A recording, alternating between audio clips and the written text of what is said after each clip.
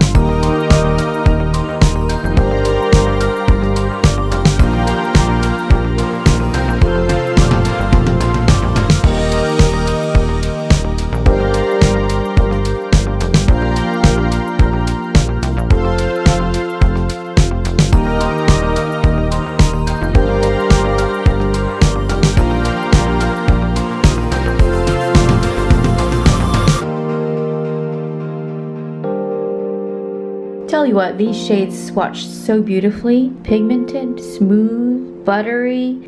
The shimmers look like they need a little bit of a sticky base on the eyelid, but that's just any shimmers, I suppose. There was a fair bit of fallout as I was swatching as well. Not that that really bothers me. It's just something to take note of when you're deciding in which order to do your makeup, whether it's eyeshadow first then base or base first then eyeshadow. Some people, everyone does their makeup differently, so that's just a little bit of info for you to mull on when using this palette, I suppose. These shades are stunning. What else can I say? They're so pigmented, and this black purple one with tiny little sequin shimmers is so interesting. It reminds me of the sequin formula in the Tati Beauty eyeshadow palette, just a few less sparkles, but it's so pigmented and it's got the cutest little sparkles in there. These matte shades are, oh my goodness, so pigmented and very easy to build up to that opacity. So those are the swatches in the Bling Boss eyeshadow palette that Jaclyn Hill created in collaboration with Morphe. Thanks guys for tuning in today's video. I'll catch you all in the next one. Bye!